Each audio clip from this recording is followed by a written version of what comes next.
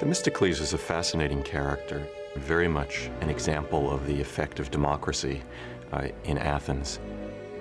It's relatively clear that he doesn't come from the inner circle of the landed aristocracy that traditionally had ruled in Athens. There were stories told about his feeling rather touchy about the fact that he hadn't had a traditional aristocratic upbringing, for example, in music and poetry. In fact, that might have given him a spur to show that he could do as well as someone who had gone to all the right schools, as it were.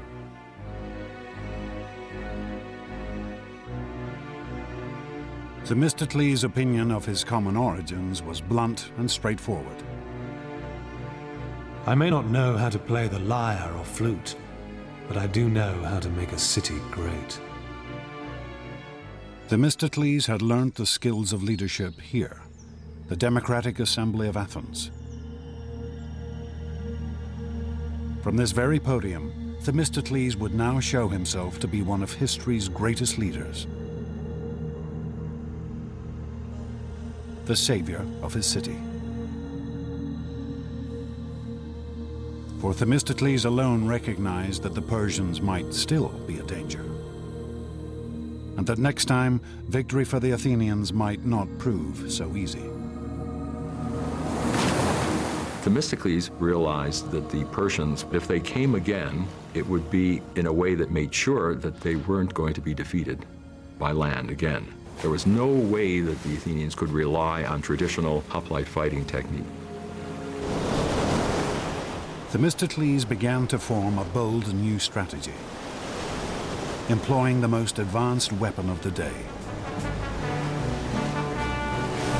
the trireme.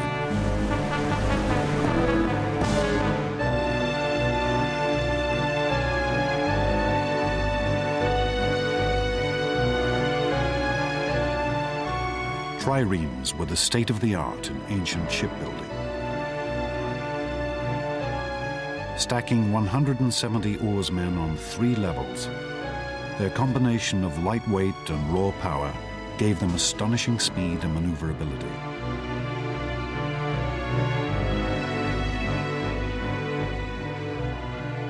In contemporary terms, a trireme is a missile. The object of a trireme is to ram the enemy ship. It is a very narrow, very light, very sleek, and very fast weapon. But these triremes were also exceedingly expensive. And Themistocles' vision of a vast Athenian navy might never have come to pass if it had not been for one stroke of luck.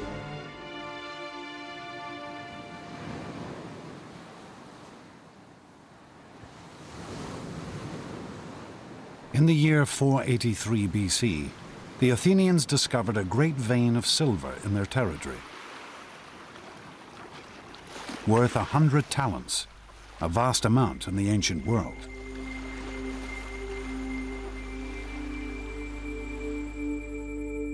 The Athenians wanted to divide these newfound riches among themselves. But then Themistocles stood up in the assembly. He wanted to spend the money on ships. But he also knew that this would be a hard proposal to sell. And so Themistocles played a complex bluff. His argument is not that the money should be used to build a fleet against Persia, but rather it should be used to build a fleet against Athens' local rival, the Greek city-state of Aegina. The reason Themistocles does this is that he knew it would simply be too upsetting to remind people of the Persian threat. It's a difficult argument to make and a tribute to his political skill that he's able to do it.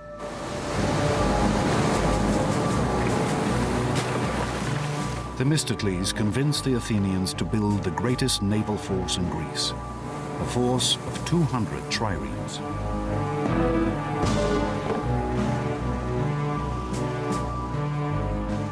And not a moment too soon.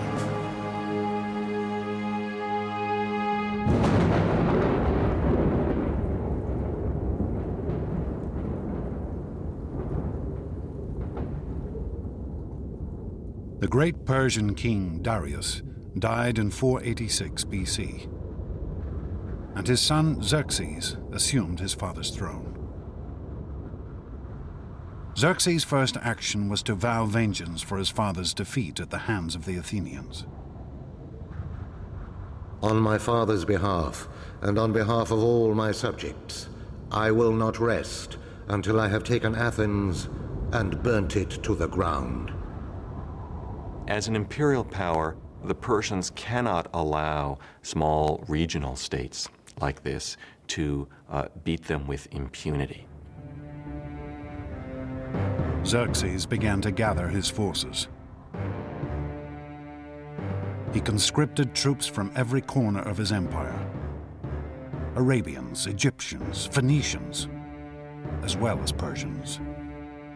Rumors began to leak back to Athens that Xerxes' army numbered nearly 2 million men, that it was the greatest force the world had ever seen, that soon it would be ready to march.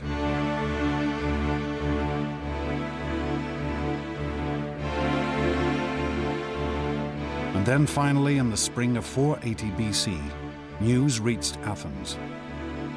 The Persian army had set out for Greece.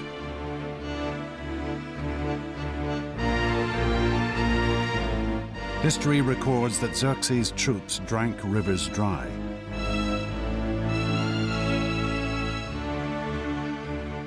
Trampled fields to the raw earth, ravaging the land as they marched on towards Greece. Xerxes was confident of victory.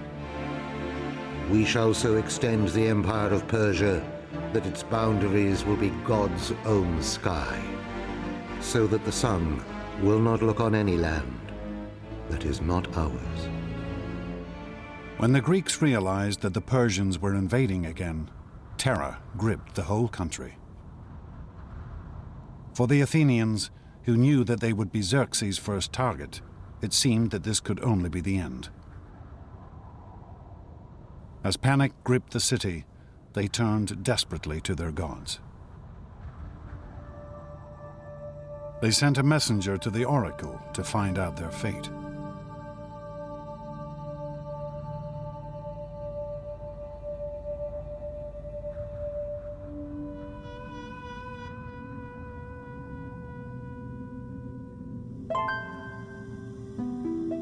Here, high in the Greek mountains, can still be found the site of Delphi, the most famous of the Greek oracles. Built around a vast chasm in the mountain from which a sacred spring still flows. Here the Greeks would come to discover their future.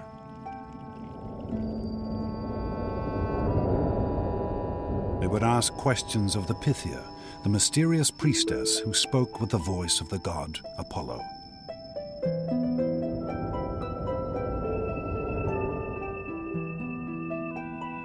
People came from all over the Greek world to consult Delphi, and sometimes came from outside the Greek world as well. It was considered to be the center of the universe. The omphalos, the navel stone of the whole world, was at Delphi. People asked questions about their private life, which are just the sorts of questions people want answers to now. Archaeologists have discovered copies of the questions asked of these ancient oracles. Has Aristos stolen the wool from the mattress?